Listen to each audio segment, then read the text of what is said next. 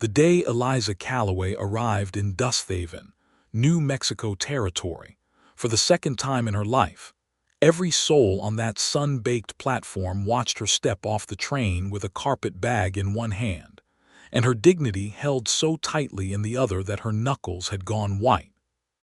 It was the spring of 1882, and the Santa Fe Railway had made Dusthaven into something just barely resembling a town, a collection of weather-beaten storefronts, a saloon that never seemed to close, a church that seemed perpetually underfunded, and a population of rough-handed men who had learned to mistake silence for strength. The air smelled of horse and dry earth and the faintest suggestion of rain that would never come, and Eliza breathed it in like she was trying to memorize it, or perhaps like she was trying to remind herself that she was real, that she was standing on solid ground, and that she had survived again. She had been sent back twice now. The first time, she had traveled all the way from her mother's modest boarding house in Richmond, Virginia, answering an advertisement placed in a women's gazette by a cattle rancher named Theodore Wainwright of Abilene, Kansas. The advertisement had painted him as a God-fearing, prosperous man of 38 years, who sought a wife of good character to share his homestead. What the advertisement had not mentioned was that Theodore Wainwright had a temperament like a thunderstorm and a drinking habit that turned every evening into something dark and unpredictable.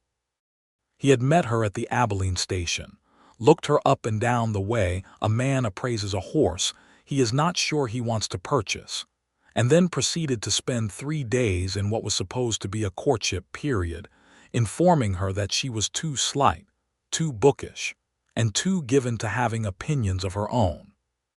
On the 4th morning, he had paid for her return ticket himself and sent her back east without so much as an apology. She had been 23 years old, and the shame of it had sat on her chest like a stone for 6 months. Her mother had not been unkind about it, but neither had she been particularly comforting. "You must have said something wrong," her mother had said, pressing her lips together in that particular way she had, and Eliza had said nothing in return because she had already learned that arguing with her mother was like trying to hold water in a cupped palm. It always slipped through eventually. By the time she had gathered herself enough to try again, she had been 24, and the second advertisement had seemed so much more promising. A man named Garrett Hollins of Santa Fe, New Mexico territory, who ran a dry goods store and described himself as a widower of gentle disposition seeking a companion and helpmate. His letter, when they had corresponded, had been articulate and warm. He had written about the sunsets over the Sandia Mountains in a way that had made her press the letter to her chest and close her eyes. She had let herself hope. Garrett Hollins had been pleasant enough in person. He had been a lean man of 41 with careful eyes and careful hands, and a careful way of speaking that should have told her something, but which she had initially mistaken for reserve. It took her exactly 1 week of living in his spare room, perfectly properly, under the eye of his housekeeper, to understand that his carefulness was not reserve at all, but rather a profound aversion to anything that might disrupt the precise and solitary order of his life. He did not want a wife. He wanted a fixture, something that would look respectable in the front pew of the church on Sundays, and would not rearrange his shelves or ask questions about his ledgers or laugh too loudly at supper. When Eliza had laughed at something his housekeeper had said, a genuinely funny story about a raccoon and a butter churn, Garrett Hollins had looked at her across the table with an expression of such visible displeasure that she had felt the warmth drain out of her face like water from a cracked basin. He had been more formal about it than Theodore Wainwright. He had written her a short letter explaining that he did not believe they were suited, and had arranged her passage to Dusthaven, where there was a respectable women's boarding house run by a widow named Mrs. Ortega, and he had paid 3 months of her board in advance, which she supposed was the closest he could come to expressing guilt. And so here she was, Eliza Calloway, 24 years of age, with a carpet bag and a heart that had learned to be very careful about opening itself up, standing on the platform of a town she had not chosen, in a territory that did not know her name. She picked up her bag and walked forward. The Dusthaven she stepped into that afternoon was alive in the particular way that small frontier towns were alive, not with the manufactured energy of a city, but with the continuous, unremarkable labor of people trying to make something out of almost nothing. Women moved between the mercantile and the millinery. Men unloaded supply wagons and argued over the price of feed corn. A dog slept in a patch of shade beneath a water trough, completely indifferent to everything. And leaning against the post of the telegraph office, one boot propped up on the boardwalk rail, and a battered hat pulled low against the afternoon glare, was a cowboy who was watching the street with the patient, unhurried attention of a man who had nowhere particular to be and no particular reason to rush.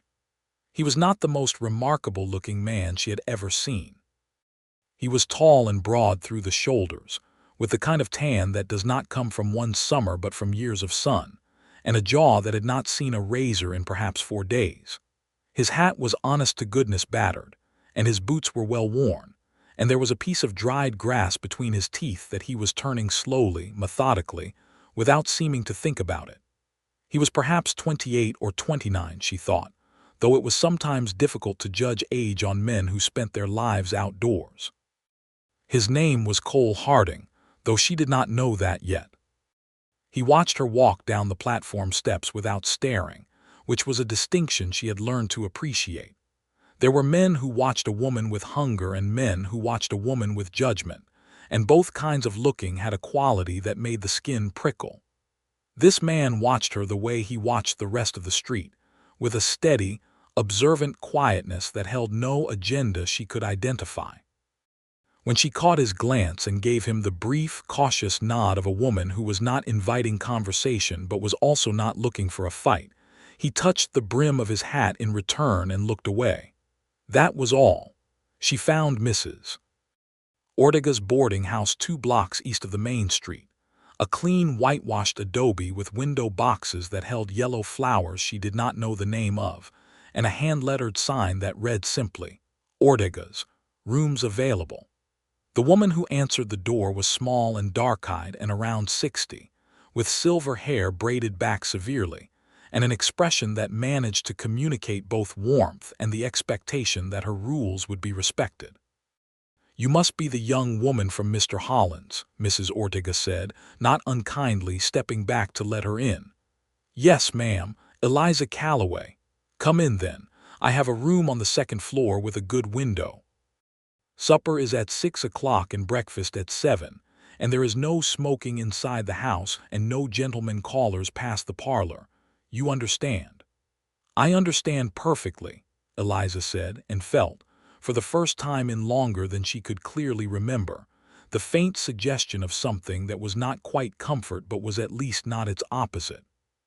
She spent her first 3 days in Dusthaven learning the shape of the place, the way you learn the layout of a room when you are new to it, not by studying it deliberately, but by moving through it until it stops surprising you. She walked the length of the main street twice each day, morning and evening, not because she had errands, but because she had found long ago that walking helped her think more clearly than sitting still did. She visited the mercantile, where a cheerful, red-faced man named Mr. Purdy sold her a small quantity of writing paper and a new pen nib, and accepted her money without making her feel like an oddity. She attended Sunday services at the small Presbyterian church, which was led by a Reverend Moss whose sermons were mercifully brief. She spoke to Mrs. Ortega at supper about the territory, about the weather patterns and the nearest towns and the general character of Dusthaven, which Mrs. Ortega described as being rough around the edges but sound at the center like a good walnut. She did not see the cowboy again until Tuesday. She was coming out of the mercantile with her paper and a small jar of blackberry preserves that she had decided she deserved, and he was coming in, pulling off his hat as he stepped over the threshold, and they nearly collided in the doorway. She stepped back. He stepped back. There was a half-second of mutual assessment. "Pardon me, miss," he said, and his voice was low and easy, a voice that belonged to someone who was not in the habit of shouting. "My fault entirely," she said. "I wasn't watching where I was going." "Neither was I," he said, which was honest, and she respected honesty. He held the door open for her to pass, and she did, and that might have been the end of it entirely, except that when she reached the bottom of the mercantile steps she fumbled with her parcels and the jar of preserves slipped. He caught it. He had come to the door behind her, probably to continue on his way, and he had reached out with a reflexive, easy certainty and caught the jar before it hit the ground, and he held it out to her now with an expression that contained absolutely no performance of heroism, just the ordinary practical action of a man who had seen something about to fall and had stopped it. "Thank you," she said, taking it back. "Good preserves," he said, which was such an unexpectedly specific thing to say that she almost laughed. "Have you had them?" "Mr. Purdy's wife makes them," he said. "Best in the territory." He settled his hat back on his head. "Good day, miss," and he walked away, east down the boardwalk, and she stood there for a moment holding her preserves and watching him go and thinking that she did not know his name. She learned it from Mrs. Ortega that evening at supper, when she described the encounter casually, as one describes any small incident of a day, and Mrs. Ortega had said, "That sounds like Cole Harding. He works for the Danforth Ranch out east of town, a very steady young man. He has been in Dusthaven 3 years now, I think. He came up from Texas originally." "Is he well regarded?" Eliza asked, and then felt immediately self-conscious about the question and tried to disguise it by taking a bite of her bread. Mrs. Ortega looked at her with the quiet perception of a woman who has watched a great many people come and go and has learned to read them. "He is honest," she said simply. "In this part of the world, that is worth more than most other things." Cole Harding had come to Dusthaven the same way most men came to frontier towns, by a combination of intention and accident. He had grown up on a small cattle operation outside of San Antonio, the second of 3 boys, in a family that had not been rich but had not been poor and had been, above all things, hardworking.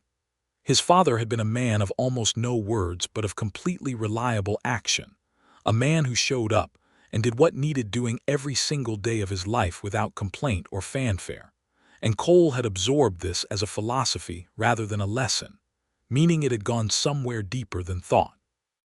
He had left Texas at 24 after a bad drought had stripped the family ranch down to something his brothers could sustain between them without a third hand, and he had come north and west looking for work, and had found it with James Danforth, who ran 1,000 head of cattle on a spread that took 2 days to ride across. Danforth was a fair employer, not warm but consistently just, and Cole had been with him long enough now to be trusted with responsibilities that went beyond simple ranch handwork: buying trips, negotiations with suppliers, the supervision of younger hands. He had a small but decent room in the bunkhouse, a horse named Biscuit who was possibly the finest quarter horse in the territory, and a life that was orderly and sufficient, and, if he was honest with himself in the quiet hours before sleep, somewhat lonely in the way that only a very private person can be lonely without quite admitting it. He had seen beautiful women before and had not been a fool about it. He had had a girl in San Antonio, years ago, who had eventually married a merchant's son who could offer her more security than a working cowboy could, and he had understood that decision without holding it against her. He was not a man who nursed bitterness. He was a man who moved forward. But there was something about the woman he had seen stepping off the train on the afternoon of April the 14th, the precise straightness of her spine against the weight of what she was carrying, the careful dignity of her face, the way she had nodded to him without either coldness or invitation, that had stayed with him in the way certain images stay, tucked into the back of the mind like a folded letter in a coat pocket. He asked Roy Danforth, James's younger brother who spent more time in town than was probably useful, if he knew anything about the new woman at Mrs. Ortega's, and Roy had said, "Oh, the mail order bride that Hollins sent back." "Yeah, I heard about that. Heard he sent the previous one back too, from Kansas somewhere. Poor thing." And he had said it with the casual cruelty of someone who did not mean to be cruel, who was simply reporting the news of the territory the way one reports weather, and Cole had felt something tighten in his chest that he could not immediately name. He thought about it that night, and what he identified eventually was not pity, which could be condescending, and not curiosity, which could be intrusive, but something closer to indignation on behalf of a woman he did not know, who had apparently been evaluated by two separate men and found lacking, not because she was lacking, but because those men had been looking for something other than a person. He went back to town on Thursday with a legitimate errand, wire fencing supplies, and a conversation with the farrier about Biscuit's back left shoe. And he made no plans beyond those errands, but he walked back along the main street afterward and noticed that she was there, sitting on the bench outside the post office with a letter she was either reading or had just finished reading. Her face tilted slightly toward the sun and her expression doing the complicated thing that faces do when they are trying to feel less than they feel. He thought about walking past. He actually intended to walk past. He stopped instead. "Good afternoon," he said, and she looked up and he saw the small flicker of recognition cross her face. "Cole Harding," he said, and offered his hand. She looked at his hand for one brief moment, not suspiciously, he thought, but carefully, the way someone looks at a thing they want before they let themselves have it, and then she shook it. "Eliza Calloway. Are you settled and all right at Mrs. Ortega's?" "I am," she said. "She's very kind." He sat down on the far end of the bench, leaving a polite distance, and settled his hat in his lap. "Have you been out to see the territory at all, beyond the main street?" "I haven't had occasion," she said. "It's worth seeing," he said. "The land out east particularly. There's a canyon about 4 miles from town, red rock, maybe 200 feet down. People don't know it's there unless they know it's there, if you follow me." She did smile then, a real one, small and somewhat guarded but real. "That does seem to be the nature of hidden things." He looked out at the street. "How long are you staying in Dusthaven, if you don't mind me asking?" There was a pause that he did not try to fill. "I'm not certain," she said finally. "I am trying to decide what to do next." He nodded. He did not offer advice or suggest options or express any opinion about what she ought to do, which was apparently unusual enough that she glanced at him sideways, as though checking to see whether he was being tactful or simply indifferent. "You're not going to tell me to go back east," she said, with a slight edge to it that was not aimed at him specifically. "Why would I?" he said. "It's a free country, mostly." He put his hat back on. "And this is a decent town, mostly." She laughed at that, genuinely, a short, bright sound, and he felt the warmth of it land somewhere in the center of his chest with a completeness that surprised him. He stood. "It was good to meet you properly, Miss Calloway." He meant it. "And you, Mr. Harding," she said. He walked back toward the livery where Biscuit was waiting, and he was perhaps 30 feet down the street when he heard Roy Danforth's voice behind him, talking to someone outside the saloon, saying, "Yeah, the woman Hollins sent back. Hollins ought to be ashamed, if you ask me, wasting everyone's time like that." And there was a rougher voice answering with something Cole could not quite make out, but which had the tone of a comment that would not have been made if the woman in question were present. Cole stopped walking and turned around slowly. Roy caught his eye and had the good sense to look abruptly interested in his boot heel. The rougher voice belonged to a man named Deke Sorrells, a drifter type who had been hanging around Dusthaven for about 3 weeks doing small work and making large conversation.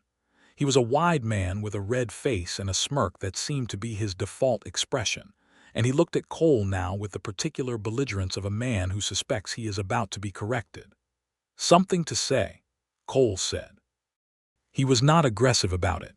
His voice was the same quiet, level register it always was, which somehow made it more effective. Deke Sorrells shrugged with the exaggerated casualness of someone pretending he was not paying careful attention. "Just talking. Miss Calloway is a guest of Mrs. Ortega's and a respectable woman," Cole said. I'd appreciate it if you'd keep your conversations respectful." There was a long moment. Deke Sorrels looked at Cole and then he looked at Roy, and Roy was studying his boot heel with tremendous focus. And then Deke Sorrels made the sound that men make when they are backing down but wanted to appear as though backing down was their own idea, and he went back into the saloon. Roy looked up. "That was well done," he said. "Mind your own business, Roy," Cole said, not unkindly, and kept walking. He did not think of it again as a significant event. He thought of it the way he thought of fixing a fence that had come loose, something that had needed doing and had been done. Eliza, who had not witnessed the exchange, would not learn about it until much later. In the meantime, she had a more immediate problem, which was the question of her own livelihood. The 3 months of board that Garrett Hollins had paid for were not forever, and she had a small amount of savings from her years of helping her mother in the boarding house, but small was the operative word. She needed, if not an income, then at least a prospect, and she had been turning possibilities over in her mind the way you turn soil, looking for something that might grow. She had, despite what Theodore Wainwright had apparently considered a liability, a genuine and wide-ranging education. Her father had been a schoolteacher before illness had taken him when she was 15, and he had taught her as he would have taught anyone, thoroughly and without condescension, with particular attention to mathematics and literature, and what he called the useful sciences, by which he meant practical chemistry, the mechanics of machines, and the geography of the world as it actually existed rather than as maps sometimes idealized it. She could read Latin, though she rarely had occasion to. She could keep precise accounts. She could teach. There was no school in Dusthaven that she could see. She raised this observation with Mrs. Ortega on Wednesday evening, more as a general comment than as anything strategic, and Mrs. Ortega set down her mending and looked at her with an expression that had the quality of someone fitting a key to a lock. "There is no school because there is no school teacher," Mrs. Ortega said. "There are 11 children of school age in this town that I can count, and they are receiving no formal education whatsoever. The Reverend Moss has been attempting to organize something for 2 years, but he is a man of good intentions and poor administrative ability." Eliza said nothing. She was thinking.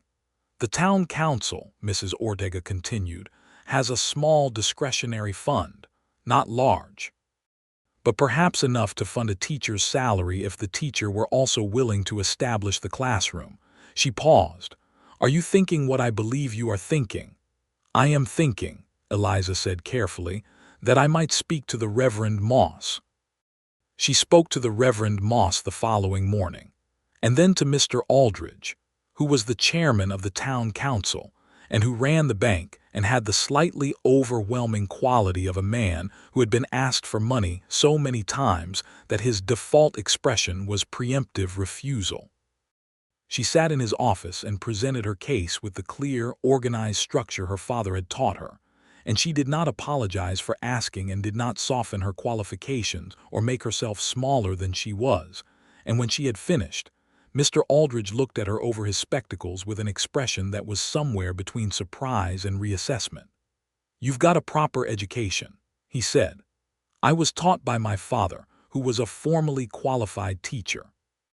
I can provide references from the principal of the Richmond Girls' Academy, where I assisted for 2 years before I came west." She had written to the principal before she had left Richmond. She had the letter in her bag. She put the letter on his desk. He read it again. "The salary would be modest," he said finally. "I understand that," she said. "The schoolroom would need to be built. We have a plot near the church. It might take a month." "I can begin with informal sessions at the church in the interim," she said. "The children do not need a building to begin learning." Mr. Aldridge took off his spectacles and polished them, which appeared to be his way of taking a moment to think without appearing to take a moment to think. "All right, Miss Calloway," he said. "On a trial basis for 6 months. If the parents are satisfied and the council sees progress, we can make it permanent." She walked out of the bank and into the warm afternoon sun of Dusthaven, and felt the stone that had been sitting on her chest since Richmond shift its weight very slightly, the way a heavy thing shifts when you begin to understand, at last, how to carry it. She told Mrs. Ortega that evening.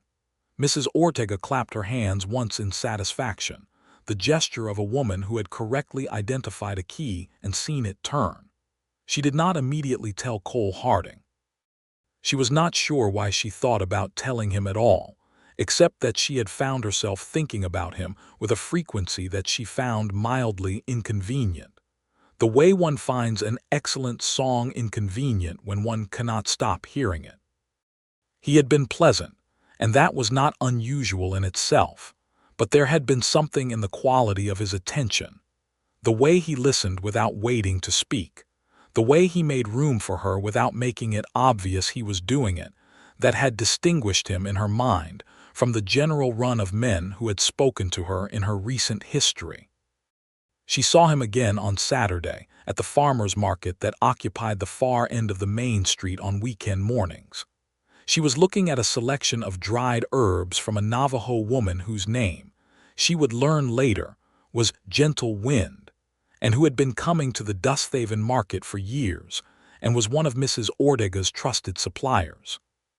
Cole was nearby, talking to a rancher whose name Eliza did not yet know, and when the conversation ended, he drifted in her direction with the unhurried inevitability of a man who is walking towards something without making it look like walking towards something. "Miss Calloway," he said. "Mr. Harding," she said. They fell into step beside each other along the market stalls, which was natural enough that neither of them remarked on it. He told her about the ranch. She told him about the school. His reaction was not the polite enthusiasm that people offered when they did not particularly care about a thing. It was attentive and specific. He asked whether she would be teaching arithmetic or primarily reading, and when she said both, he said, "Good. These kids are going to need both. Half of them will end up running a business or a ranch of their own someday, and they'll need to know their numbers." "Do you have strong feelings about education?" she asked, genuinely curious. "My father didn't learn to read until he was 30, Cole said. Taught himself from the Bible. He always said it was the thing he'd wished most that he'd had as a boy." He was quiet for a moment. "I think things that are harder to get are the things people value least until they need them." She looked at him. He was watching a child at the far end of the market who was trying to balance on a fence rail, and his expression was thoughtful rather than performative, meaning he was not saying these things to impress her but simply because they were the things in his mind. This, she thought, is a genuinely different kind of person. The thought came with a wave of something that was not entirely comfortable, because she had allowed herself to believe things about people before and had been wrong, and she was not yet ready to be wrong again. She walked home with her herbs and her jar of honey she had bought from a beekeeper 3 stalls over, and she sat at the small desk in her room and wrote a letter to her mother in Richmond. And the letter was long and careful, and said a great deal without saying the particular thing that was sitting just beneath all the other words, which was, "I think there is a man here who is worth knowing." She sent the letter the next morning, and spent the rest of that week beginning her work with the children of Dusthaven, which was an occupation demanding enough to take up the greater part of her attention.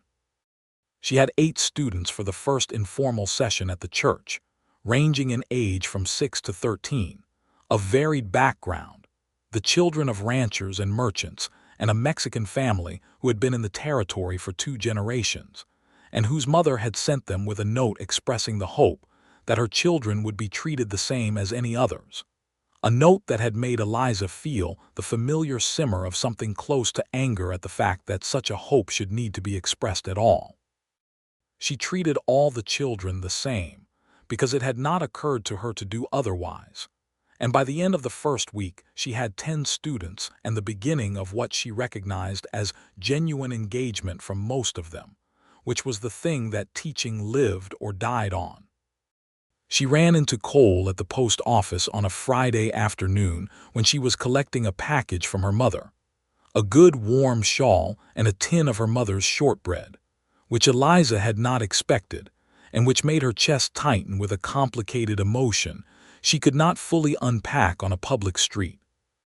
Cole was sending a telegram to the Danforth Ranch office in Santa Fe, and they exchanged a look of greeting that had grown, over the past 2 weeks, from cautious to warm, the kind of gradual shift in temperature that you notice only when you look back from a certain distance. "How is the school coming?" he asked. "Better than I expected," she said. "I have a boy of 11 named Pedro who might be the cleverest child I have ever taught. He learned long division in an afternoon."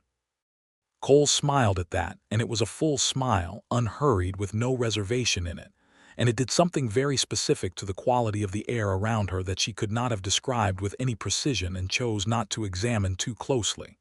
"There's a gathering tomorrow evening," he said, "over at the Marsh Ranch. Not a formal thing, just supper and music. The Danforth hands go most years. I wondered whether you and Mrs. Ortega might want to come. She usually does, I think." She considered him. "Is that a social invitation, Mr. Harding?" "It is," he said, and did not elaborate or hedge or add any qualifications. "Then yes," she said, "I believe we would like that. Mrs. Ortega, when consulted, said she had been going to the Marsh gathering for 10 years and would certainly not miss it on account of any particular man. But she said this with a smile that suggested she understood the subtext of the invitation perfectly well and was not opposed to it. The following evening, Eliza wore her blue dress, which was the best she owned, a deep indigo wool that her mother had made her buy before she left Richmond, with the instruction that a woman should always have at least one good dress because you never knew when you would need it. She put up her hair more carefully than usual, and then felt self-conscious about the effort, and then decided that feeling self-conscious about making an effort was a waste of energy, and simply went downstairs to where Mrs. Ortega was waiting. Cole arrived at Mrs. Ortega's door in a wagon borrowed from Danforth, wearing a shirt that was pressed and a hat that was his best one. And when he saw Eliza in the blue dress, he went through a visible sequence of internal events that lasted approximately half a second, and which she might have missed entirely if she had not been watching for it. "Good evening," he said, and helped them both up into the wagon with a manner that was courteous without being fussy. The Marsh Ranch was 3 miles from town, and the drive out was the kind of evening that the New Mexico Territory occasionally produced as if to remind people why they had come. The sky going from gold to deep rose to the first pale gray of coming dark, the hills in the distance turning purple, the air still warm enough to sit in without a jacket. They talked about nothing in particular, which is to say they talked about the landscape and the weather and the children at the school, and a story Cole told about a steer that had gotten itself lodged in a creek gully and the considerable effort required to unlodge it. And the whole of it had the quality of something completely easy, the way conversation feels when you are with someone who does not require performance from you.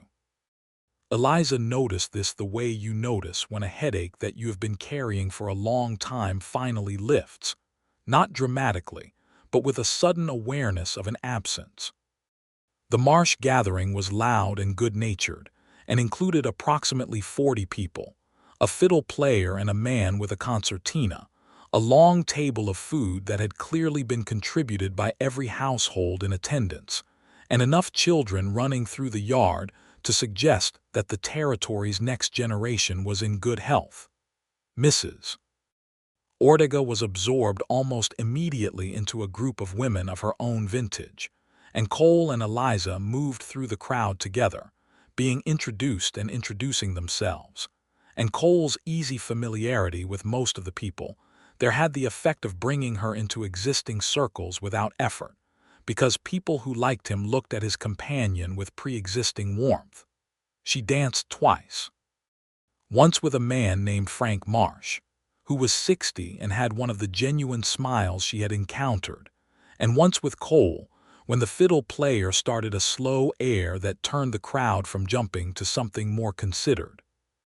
Cole was a careful dancer, not showy but sure of himself, and he held her with the correct distance of a man who respects the woman he is dancing with and does not need to use a dance as a pretense for something else. "You're a good dancer, Mr. Harding," she said. "My mother insisted," he said.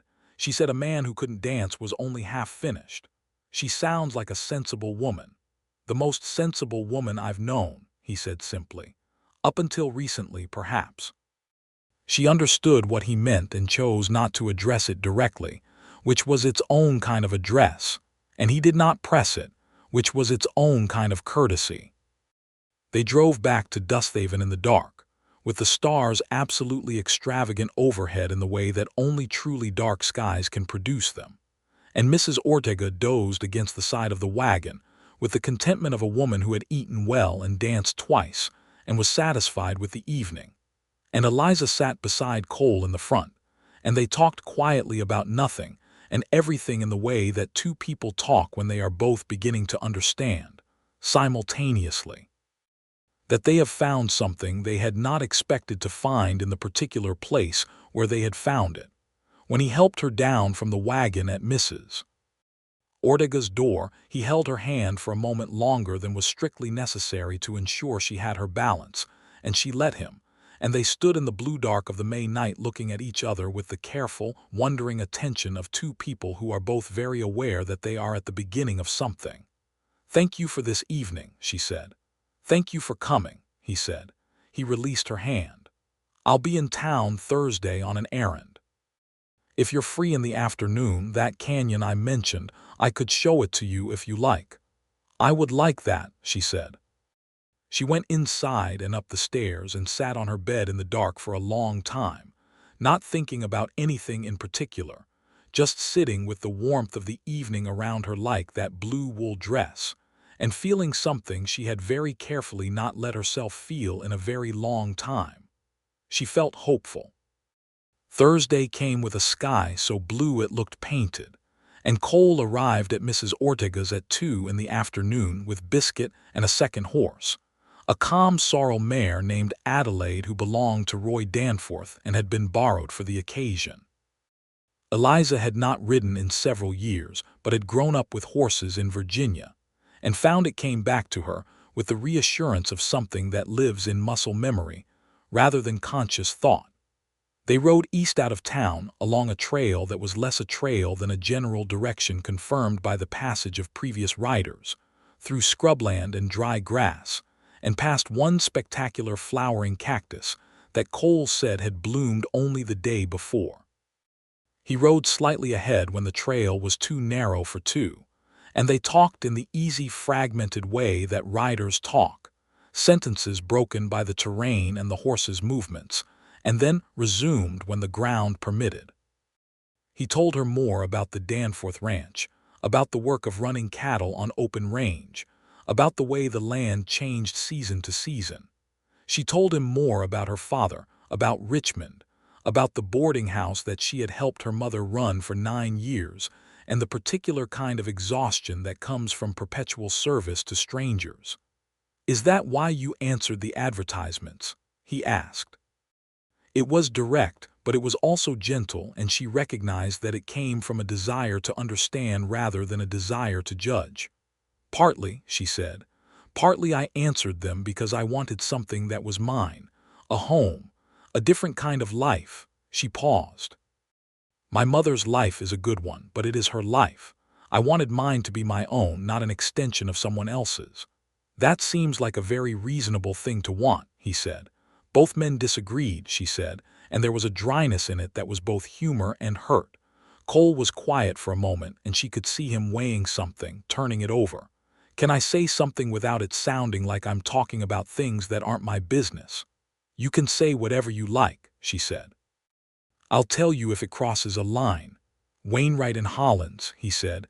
"I don't know either of them personally, but I've heard enough about them in passing to know that what they sent back wasn't a flaw. It was the part of you they weren't ready for, the part that thinks and argues and laughs and doesn't fit neatly into whatever shape they'd already decided on."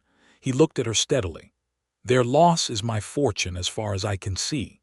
The words landed with a quiet, unhurried impact, the kind that does not announce itself with drama but settles instead somewhere permanent.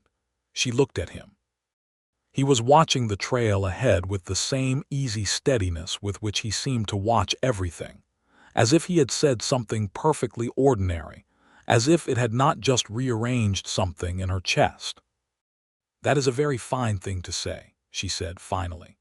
"It's just true," he said. They reached the canyon shortly afterward, and it was exactly as he had described it, and also entirely unlike what any description could have prepared her for, a sudden fold in the earth, as if the ground had decided to open a secret, revealing walls of deep red sandstone striated in layers of rust and ochre and the palest cream, dropping away to a narrow thread of silver that was a creek 200 feet below. The silence here had a different quality from the silence anywhere else she had been, deeper and older, the silence of geology rather than weather. She stood at the edge and looked down, and Cole stood beside her and looked down with her, and neither of them spoke for a long time. "I come here sometimes," he said, "when I need to remember that whatever's going on in my head is not actually the biggest thing in the world." "It works very well for that," she said. He smiled. "It does." On the ride back, somewhere between the canyon and the edge of town, she had already known what was happening with the certainty of someone who has been careful for a long time and is beginning to understand that all that carefulness has simply been protecting a space that was always going to be filled eventually. She had known it at the dance. She had been sure of it at the canyon. The question was not what she felt but what she was going to do about it, and she was a woman who preferred doing to waiting, which was, she had always suspected, one of the things that Theodore Wainwright had found too much. Over the next 3 weeks, she and Cole saw each other with an increasing regularity that had the pleasant, self-reinforcing quality of a habit that is also a joy. He found reasons to be in town. She found reasons to be available when he was. They walked together in the evenings after her school sessions, along the dusty streets and out to the edge of town where the land opened up and the sky did its extraordinary evening theater. They ate supper at Mrs. Ortega's twice, which Mrs. Ortega encouraged with a subtlety that was not quite subtle but was too well meant to be annoying. They talked about everything, about books. She had more of them. He had read fewer but with more intensity. About God, she was uncertain. He was something like quietly faithful, about what the territory would look like in 20 years, about whether the railroad was good for the land or merely good for business, which was a conversation that lasted through 3 separate evenings because they did not agree on it, and both of them found the disagreement stimulating rather than threatening. She taught him to solve a geometric proof one evening, using a stick in the dirt outside the church where she had been working on lesson materials, and he worked through it with the patient, methodical focus of a man who will not stop until he understands a thing, and when he got it he looked up at her with an expression of such pure, uncomplicated satisfaction that she felt herself smiling so broadly it almost hurt. "You'd have been a good student," she told him. "I was a terrible student," he said. "I could never sit still." "You're sitting still now," she said. He looked at her. "I have better motivation now," he said. She felt the color rise in her face and was grateful for the early evening light, which was the color of good copper and which she suspected was probably too warm for the flush to show. She was falling in love with him. She understood this not as a surprise but as a recognition, the way you recognize the face of someone you have seen in a dream when you see them in ordinary life. It was not the trembling, uncertain feeling of her younger imaginings about what love would be. It was steadier than that, more anchored, something that felt less like falling and more like finding level ground after a long period of walking on slopes. She was also afraid of it, which she thought was probably honest. She was afraid because she had been wrong before about what a man was, and because she knew that wanting a thing badly enough could cause you to see what you wanted rather than what was there, and because the consequences of being wrong again would cost more than the last 2 times had cost, because this time she would be losing something real rather than something she had only hoped for. She kept this fear, as she kept most difficult things, to herself. But one evening in early June, when they had walked out farther than usual and had sat down on a flat red rock to watch the last of the light, and the conversation had gone quiet in the easy way that it sometimes did, Cole turned to look at her and said, "You're thinking hard about something." She looked at him. He was watching her with that steady, unhurried attention, not demanding an answer, just observing. "I am," she said. "You don't have to tell me," he said. "I know." She looked at the horizon. "I'm thinking about the fact that I've been wrong about people before, and about how the cost of being wrong this time would be higher, and about whether that means I should be more careful or less." There was a pause. He did not immediately speak, which she had noticed was characteristic of him. He did not fill silences with noise but let them be what they were. "I'm not going to tell you not to be careful," he said. "Being careful seems like a reasonable response to what's happened to you. But I'll tell you something, for whatever it's worth." He was looking at the horizon now too, not at her. "I'm not looking for any particular shape of person to fit a particular space. I'm not looking for anything at all, really. I wasn't looking. I just looked up one day and there you were." He paused again. "And everything about you, the way you think, the way you argue, the way you care about those children, the way you stood at the edge of that canyon, all of it, not some of it. I don't want you to be different. I want you to be exactly what you are." She said nothing. She sat very still and felt the words settle into her with the solidity of something that was going to stay. "That's all I've got," he said, with a lightness that was not indifference but rather the grace of a man who has said a true thing and does not need to inflate it. She turned to look at him. He was looking at her now.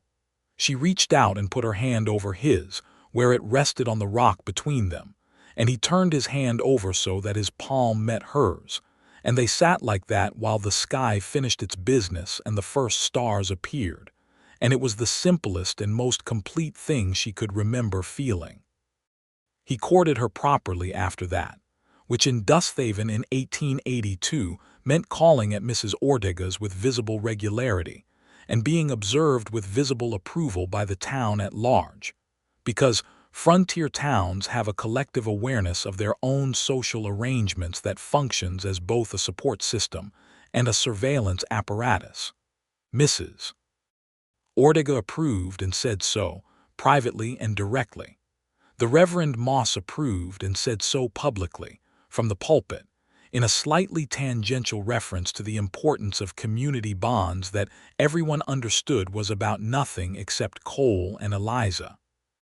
Even Mr. Aldridge at the bank had mentioned to Eliza at their 6-week school review that it was good to see she was settling in, said, with a particular emphasis on settling, that told her the small-town informational network was functioning as designed.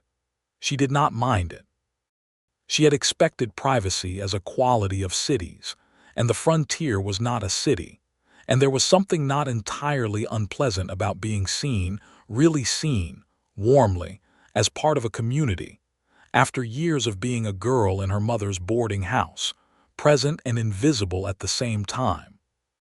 Cole came to watch one of her school sessions in early June, sitting quietly at the back of the church where she had set up a row of benches, and she tried not to be aware of him while she was teaching and mostly succeeded. The children were working on arithmetic that morning, and she was explaining long division to the older ones, while the younger ones practiced their letters, moving between the two groups with the easy competence of someone who had found, at last, the work she was made for.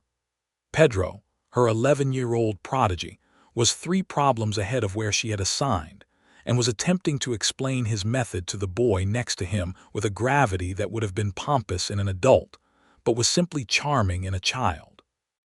Afterward, when the children had gone and they were walking together, Cole said, "You're extraordinary with them. They're easy to love," she said. "Some of them seemed genuinely difficult," he said. "That boy who kept tipping his bench. Thomas, yes, he has a great deal of energy and not much practice at directing it." She smiled. "He'll be fine. He's smart underneath the energy, and that matters more than the sitting still." He looked at her sideways, like someone else I know. "You weren't that bad," she said. "I was exactly that bad," he said. "I had a teacher who gave up on me when I was 9, and I can't honestly say I blame her." "Well," she said, "I wouldn't have." He stopped walking. She was 2 steps ahead before she realized it and turned around, and he was standing there in the middle of the street looking at her with an expression that she had not seen on him before, something more open than his usual reserve, something that had the quality of a man arriving somewhere he had been trying to reach for a long time. "Eliza," he said. She waited. "I would very much like to marry you," he said. "When you're ready, if you're willing. I don't want to rush you and I don't want to presume. But I want you to know that it's what I want, clearly and without any ambiguity." She stood in the warm afternoon dust of Dusthaven, New Mexico territory, in the summer of 1882, and looked at the man who had caught her preserves, and told her that her losses were his fortune, and danced carefully with her at the marsh gathering, and held her hand at the canyon, and meant what he said every single time he said it. And she felt the last of the wariness in her chest release, like a door that has been held shut for a long time finally allowed to swing open. "I'm ready," she said. "And I am entirely willing." He crossed the distance between them and took her hands in both of his, and she looked up at him and he looked down at her. And then he kissed her, right there in the middle of the main street of Dusthaven in full view of anyone who cared to look. And it was honest and warm and completely sure of itself, the way everything about him was, and she kissed him back with the fullness of a woman who has stopped being careful and started being present. 3 people stopped walking to observe this. One of them was Mr. Purdy from the Mercantile, who said nothing but went back inside with an expression of unambiguous satisfaction. One of them was Roy Danforth, who immediately decided he should go and tell his brother. And one of them was Mrs. Ortega, who had been coming out of the apothecary next door with a wrapped parcel of medicinal herbs, and who stood very still with the parcel clasped to her chest, and smiled the smile of a woman who had correctly identified a key fitting a lock, and had been very pleased to be proved right. They married in September, on a day that the territory provided in the way that it occasionally provided perfection, the air crisp and gold, the cottonwood trees along the creek already turning to that specific heartbreaking yellow that is the color of the Southwest in autumn. The ceremony was at the Presbyterian Church, officiated by Reverend Moss with a warmth that suggested he was genuinely moved rather than merely performing the ritual, which was how it ought to be. Mrs. Ortega sat in the front row and cried with the dignified precision of a woman who had decided she was allowed to cry and was not going to be embarrassed about it. Cole had spoken to James Danforth in August about their situation, explaining that he intended to marry, and that he needed to think about what that meant for his living arrangements and his work. And Danforth, who was not a demonstrative man but was a fair one, had told him that he had proven himself a trustworthy hand, and offered him the position of ranch foreman with a corresponding increase in salary, along with the use of a small house on the east edge of the Danforth property that had belonged to the previous foreman and had been standing empty for 2 years. It was not large, but it was solidly built and had 2 rooms and a good stove and windows that faced the morning sun.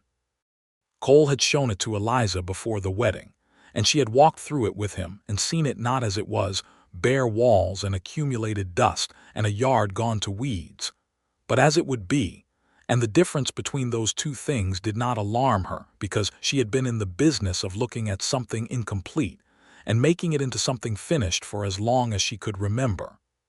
"It needs work," he said, with the unnecessary honesty of a man managing expectations. "It needs us," she said, and that was the end of that discussion. They moved in the week after the wedding, and for the first month she taught in the town during the week and worked on the house in the evenings and on weekends, with Cole's help and occasionally with the help of Roy Danforth, who turned out to be surprisingly useful with a paint brush and who seemed to take a genuine proprietary interest in the project.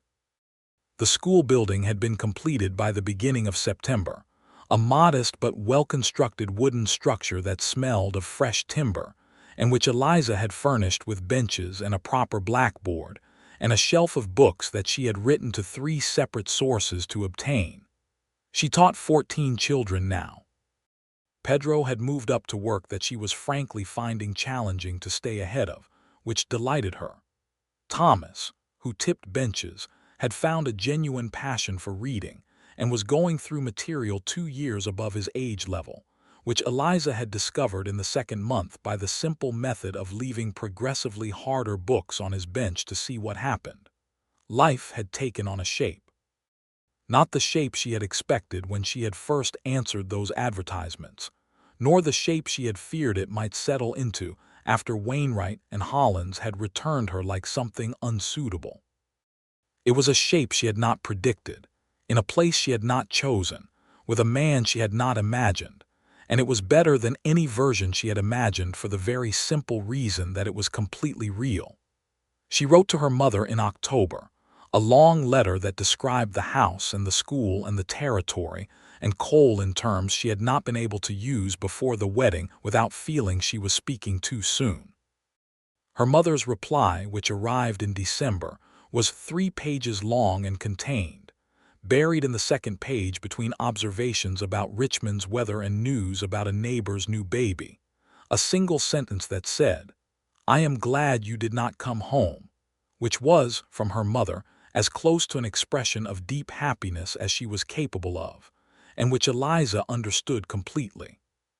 Cole was, as it turned out, a man who was very easy to live with if you were the kind of woman who did not require constant performance of affection, but could read it in the consistent daily evidence of a person who shows up and does what needs doing. He woke early and worked hard and came home tired and honest, and he found ways every single day to make clear that she was the specific and important thing at the center of what made it worth it. The way he looked for her face when he came in from the yard, the way he read by the lamp at night in a companionable silence that had none of the dangerous quietness of Garrett Hollins's careful rooms. The way he asked about the children with genuine curiosity and remembered what she had told him from one day to the next. He had learned, by November, to solve 3 kinds of geometry proofs, which he had taken up as a private project using her lesson notes, apparently just because he could. She had learned, by November, to identify cattle by their markings, which he had taught her without any condescension whatsoever, and with a patience that suggested teaching was not, for him, a performance of virtue but simply a thing he was naturally inclined toward. In December, she told him she thought she was expecting. He was in the middle of tending to Biscuit's back shoe, crouched in the yard in the cold December afternoon, and she came out with 2 cups of coffee and sat on the fence rail and told him, and he went very still the way he sometimes went when he was receiving something large. Then he set down the hoof he had been holding and stood up and looked at her with an expression that she had no existing category for. It was not simply happiness, though it was that, but something vaster, something that seemed to come from a place below ordinary feeling. "Are you certain?" he said. "Not entirely," she said, "but fairly." He came to where she was sitting and took her face in his hands with a gentleness that made her eyes sting, and he kissed her forehead and then leaned his own forehead against hers, and stood there for a moment with his eyes closed. "We're going to need to talk about the second room," she said. He laughed, a real laugh, and she felt it vibrate through him where their foreheads touched. "We are going to need to do a great deal more than that," he said. She taught through the winter with Mrs. Ortega's practical assistance in the later months, and the town, which had claimed a proprietary interest in the welfare of its schoolteacher from the beginning, rallied with the organized generosity of communities that have learned through necessity to take care of their own. The mothers of her students appeared at the school door periodically with food and offers of help, and Mrs. Ortega herself came out to the ranch house 3 days a week as Eliza's confinement approached. Cole had prepared the second room with the same methodical care he brought to everything, and it had become, over the course of 2 months, something genuinely lovely. A small crib built from good pine by a carpenter in town who had refused to take payment, a quilt made by 4 women of the church in a pattern of deep blue and gold, a tiny window that caught the morning sun perfectly. In March of 1883, on a morning when the cottonwoods were just beginning to show their first green, their son was born. Cole, who had sat up all night in the way that men sit up during their wives' confinements, maintaining a state of controlled composure that she suspected cost him considerable effort, came into the room when Mrs. Ortega called him, and stood at the bedside looking at the small red-faced person in her arms with an expression that contained every large thing he had never been able to say in words. "Hello," he said to the baby, which was simple enough to be perfect. "What do you want to call him?" she asked. He thought about it. "James," he said, "after my father." "James Harding," she said, trying the weight of it. "That's a good name." "James Robert Harding," he said. "Robert was your father's name." She looked at him. He had remembered. Of course he had remembered. He remembered everything she told him because that was the kind of person he was. She held their son and looked at her husband and felt the full round completeness of it, not the end of anything, but the center of it, the place you build out from. The school continued through that year and into the next, growing as Dusthaven grew, because the Santa Fe Railway had brought more families to the territory, and more families meant more children.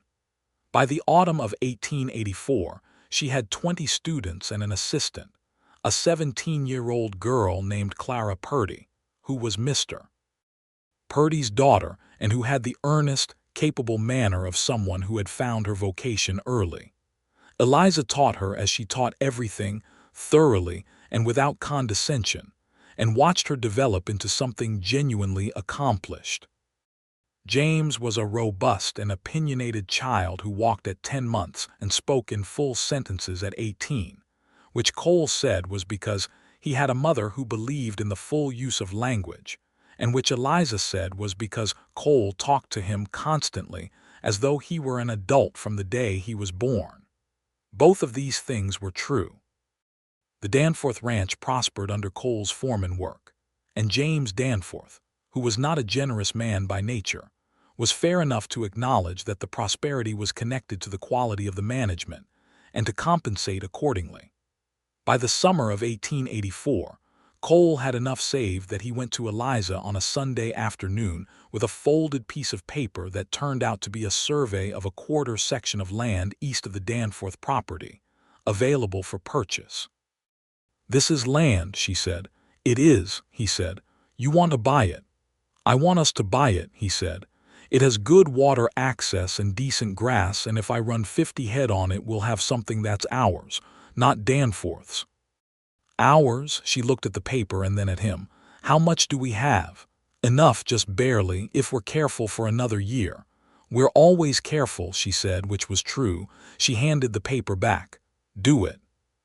He bought the land in August of 1884, and they filed the deed with the county clerk's office in Santa Fe, and the clerk asked the name under which to register, and Cole said, "Harding Land and Cattle," which was the first time the name had been spoken aloud, and which had the quality of something being built rather than something being bought.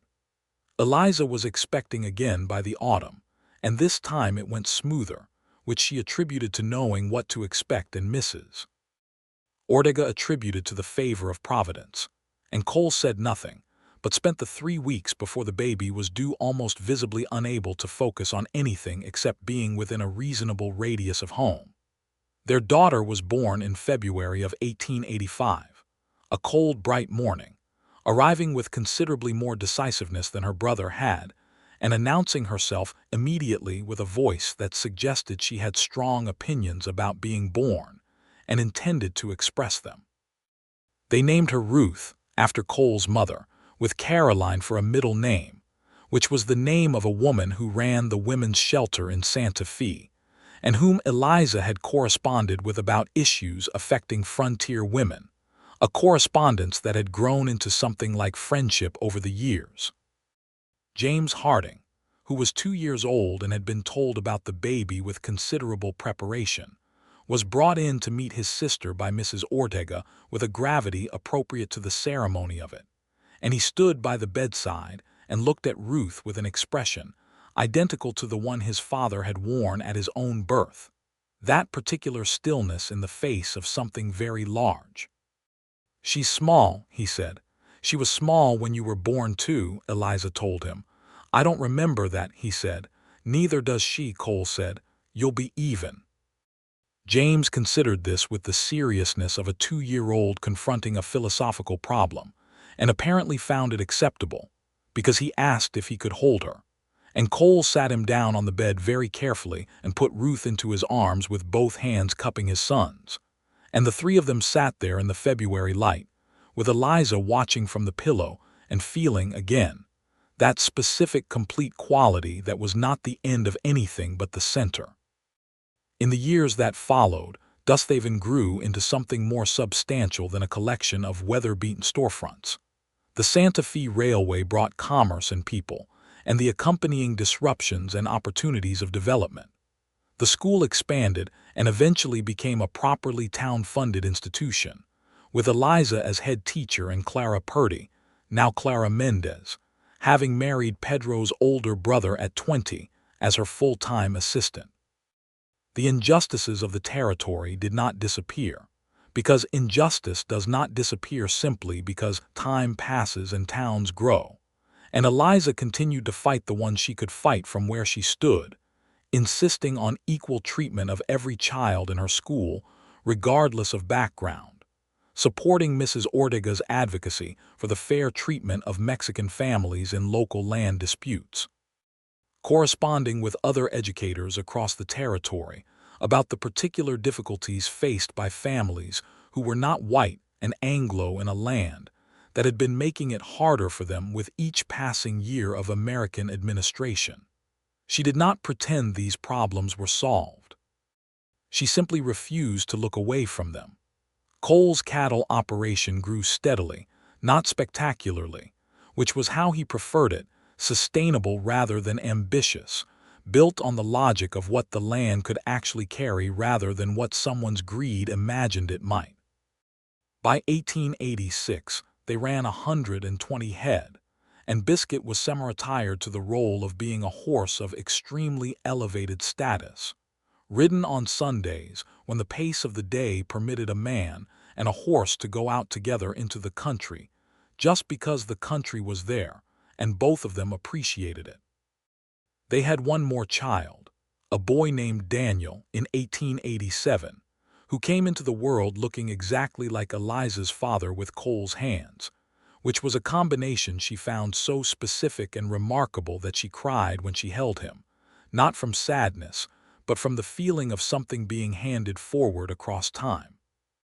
3 children, a school, a cattle operation, a house that had started as 2 bare rooms and had grown, incrementally, into a place that held all the accumulated evidence of a life genuinely lived, books on every available shelf, a calendar on the kitchen wall with the children's birthdays marked in Cole's careful hand, a series of drawings that James had made at various ages pinned above the mantel, a quilt that Mrs. Ortega had given them for their first Christmas in the house, and which was still on their bed a decade later, because neither of them could imagine replacing it. Mrs. Ortega herself remained a central figure in their lives. She came for Sunday dinners so regularly that the children treated her as an additional grandmother, which she accepted with the dignity of a woman who understood exactly what she was being offered and valued it enormously. She was slowing down by 1887, the boarding house managed now with the help of a niece who had come from Albuquerque, but her mind remained entirely sharp, and her capacity for quiet wisdom remained entirely available to those who had the sense to seek it. On a Sunday in May of 1888, at a dinner that had started as an ordinary weekly gathering and had become, by the quality of the afternoon and the accident of who was present, something more, Cole and Eliza and the children, Mrs. Ortega and her niece, Roy Danforth and his wife who had come down from Santa Fe to visit, and Clara and Eduardo Mendez with their 2 small children. On that Sunday, the table was full and the food was good, and the afternoon was doing its golden business outside the windows. And James, who was 5 now and tall for his age and completely sure of himself in the specific way of children who have been made to feel both loved and capable, looked up from his dinner and said, with the directness of someone stating an obvious fact. "Mama, are we the best family?" There was a moment of contained laughter around the table. Eliza looked at her son. She looked at Cole, who was watching her with the same steady warmth he had always watched her with, unchanged by years except deepened, the way something becomes more itself over time rather than less. She looked at Mrs. Ortega, who had closed her eyes briefly with the expression of someone receiving something they had been waiting for.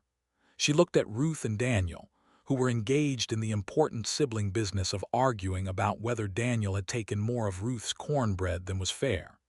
"Yes," she said. "We are." It was not a boast.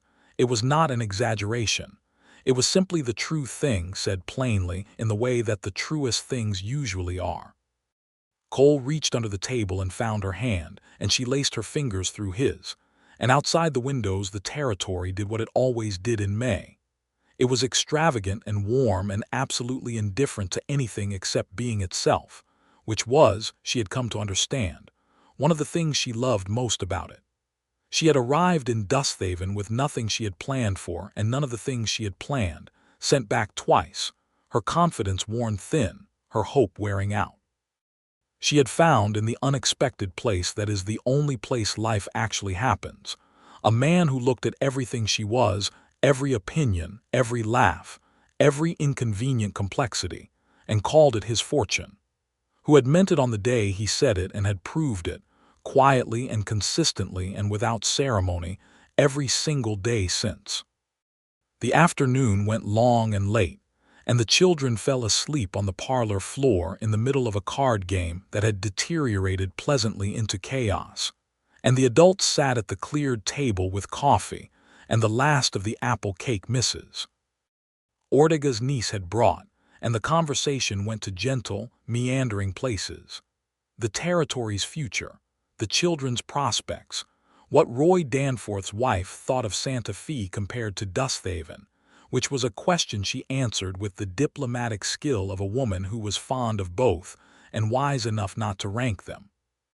When the guests had finally gone and the children were in their beds and the house was quiet, Eliza stood at the kitchen window and looked out at the dark yard, and the dark land beyond it, and the enormous, unhurried stars of the New Mexico night. Cole came and stood beside her, and they were quiet together in the way they had been quiet together on a flat red rock above a canyon in the spring of 1882, the same ease of it, the same rightness. "Do you ever think about what it would have been like if you hadn't come to Dusthaven?" he said. She considered this.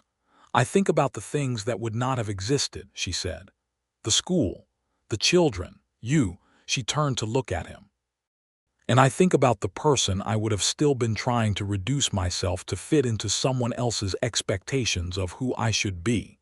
And then I stop thinking about it, because the alternative is this, and this does not require any imagination." He looked at her the same way he had looked at her in the middle of the Dusthaven street on the day he had asked her to marry him, with that open, arrive somewhere quality, and he said, "Their loss," referring to two men who had sent her away and had no idea what they had given up, "was the best fortune I ever found." She leaned her head against his shoulder and he put his arm around her, and the stars continued their indifferent and extraordinary work overhead, and the cattle were quiet on the eastern land that bore their name, and inside the house their three children slept the specific untroubled sleep of children who have been made to feel that the world is worth waking up to. Outside, the night settled over Dusthaven, New Mexico territory in the year of 1888, with its familiar smell of dry earth and distant rain, and the faint sweetness of the night-blooming cactus that grew along the fence line of the Harding property. And it was the smell of a place that had become, against all reasonable expectation, precisely home. In the morning, Cole would ride the eastern pasture and check the fence line, and make a note about the water trough near the big cottonwood. Eliza would walk the 2 miles to the schoolhouse with her lesson materials and her coffee and the particular forward-leaning posture of someone who genuinely cannot wait to get where they are going. James would argue about which boot went on first. Ruth would take both boots from him on principle. Daniel would observe the argument from a position of interested neutrality until he could identify the winning side, which was, Cole always said, the mark of either a diplomat or a politician, and which they both privately hoped was the former. They would eat supper at the table that Cole had built from timber that had been a tree 3 years ago, under the lamp that cast its warm circle against the dark, and one of the children would say something that made the others laugh, and Eliza would catch Cole's eye across the table, and in the look that passed between them would be everything: the canyon and the dance and the flat red rock and the jar of preserves and the preserved and irreplaceable whole of it. 2 men had looked at her and found her too much. 1 man had looked at her and found her everything. And in Dusthaven, New Mexico territory, in the last years of the wild frontier, in the house they had built together from 2 bare rooms and the full force of what they were to each other, that was exactly and entirely enough.